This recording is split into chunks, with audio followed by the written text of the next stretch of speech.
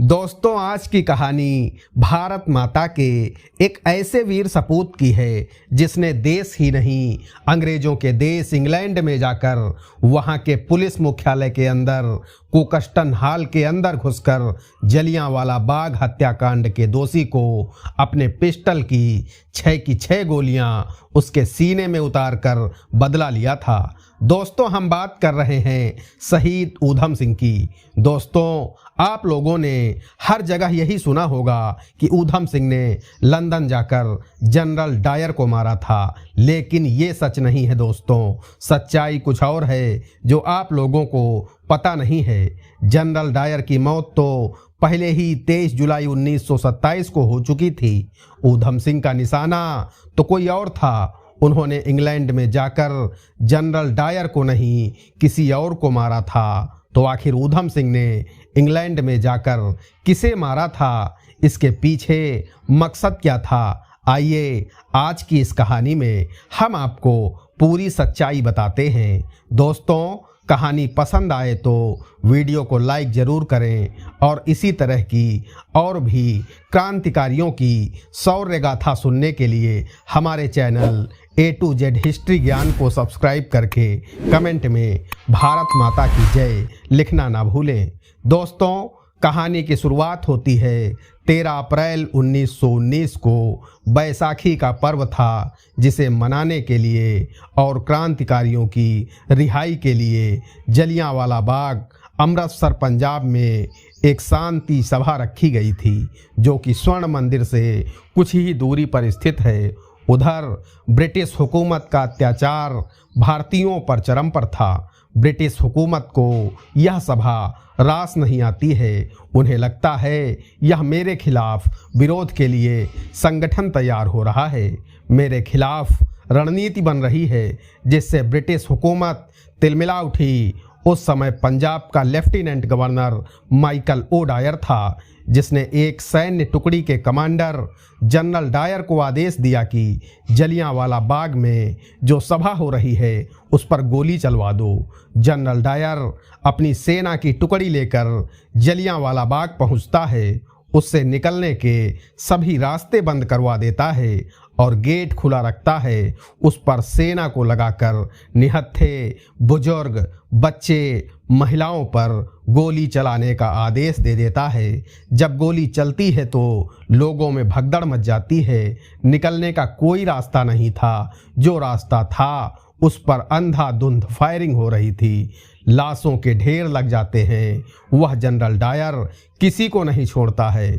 बच्चे, बूढ़े, महिलाएं, सब पर गोली बरस रही थी। कुछ लोग गोली से बचने के लिए उसी बाग के अंदर एक कुआं था, उसमें छलांग लगा देते हैं, लेकिन जनरल डायर लाशों को उसी कुएं में फेंकवा देता है, जिससे कोई जिंदा ना बचे।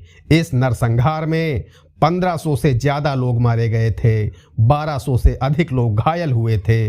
इस नरसंहार ने भारत में क्रांति ला दी थी। इस घटना के बाद पूरे देश में हर देशभक्त के अंदर ब्रिटिश हुकूमत से बदला लेने के भाव जागृत हो गए थे। सभी देशभक्तों का गुस्सा 7वें आसमान पर था। वह किसी भी कीमत पर ब्रिटिश हुकूमत को देश से बाहर करना चाहते थे। यह वह घटना थी जिससे क्रांतिकारियों के अंदर ज्वाला भड़क उठी थी। इसी घटना के बाद से भगत सिंह ने पिस्टल उठा ली थी और इस खून से सनी हुई मिट्टी का तिलक करके सौगंध खाई थी कि इस हत्याकांड का बदला देश को आज़ाद कराना है। उसके लिए हमें चाहे कोई भी कीमत क्यों ना चुकानी पड़े। उस समय भगत सिंह की उम्र महज 12 साल की थी। उस समय ऊधम सिंह की उम्र 19 साल की थी। वह अपने दोस्तों के साथ उस सभा में उपस्थित लोगों को पानी पिला रहे थे। उस हत्याकांड में जो लोग जिंदा बचे थे उनमें ऊधम सिंह भी थे। इस हत्याकांड को देखकर ऊधम सिंह ने भी सौगंध ली थी कि इस हत्याकांड का बदला माइकल ओ डायर को मार कर लूँगा, क्योंकि माइकल ओ डायर ही था जिसने जनरल डायर को निहत्थे लोगों पर गोली चलाने का आदेश दिया था। उधर इस हत्याकांड के बाद माइकल ओ डायर 1922 में रिटायर हो जाता है और लंदन वापस चला जाता है। इधर ऊधम सिंह इंग्लैंड जाने के लिए मौके तलाशने लगते हैं और वह 1934 में अपने मकसद में सफल हो जाते हैं।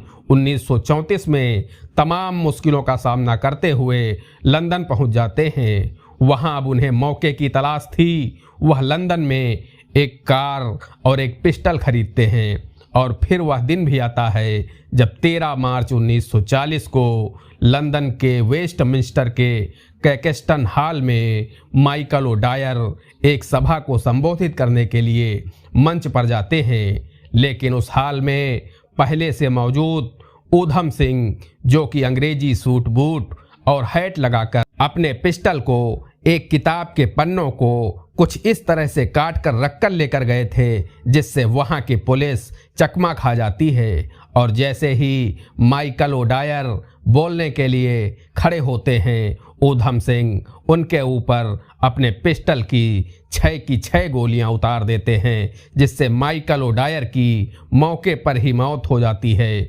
ऊधम सिंह चाहते तो भाग सकते थे, लेकिन उन्होंने नारे लगाए कि जलियांवाला बाग हत्याकांड का बदला आज पूरा हुआ, मैं अपने मकसद में कामयाब हुआ। पिछले 21 साल से मेरा सिर्फ एक ही सपना था, माइकल ओडायर की मौत, वो आज पूरा हुआ। और खुशी खुशी अपनी गिरफ्तारी दी। माइकल ओडायर हत्याकांड की गूंज पूरे विश्व में सुनाई देती है। इस हत्याकांड की गांधी जी और नेहरू जी भी निंदा करते हैं। लंदन के कोर्ट में ऊधम सिंह का मुकदमा चलता है। 4 जून 1940 को उन्हें हत्या का दोषी माना जाता है और 31 जुलाई 1940 को उन्हें फांसी दे दी जाती है। और भारत माता का यह वीर सपूत हमेशा हमेशा के लिए अमर हो जाता है। दोस्तों, यह आज़ादी इतनी आसानी से नहीं मिली थी। इसके लिए लाखों शहीदों ने अपनी कुर्बानी दी है। इनको हमें कभी नहीं भुलाना चाहिए। दोस्तों, इसी तरह की और भी क्रांतिकारियों की शौर्य गाथा सुनने के लिए हमारे channel A to Z history ज्ञान को सब्सक्राइब जरूर करें। जय हिंद, जय भारत।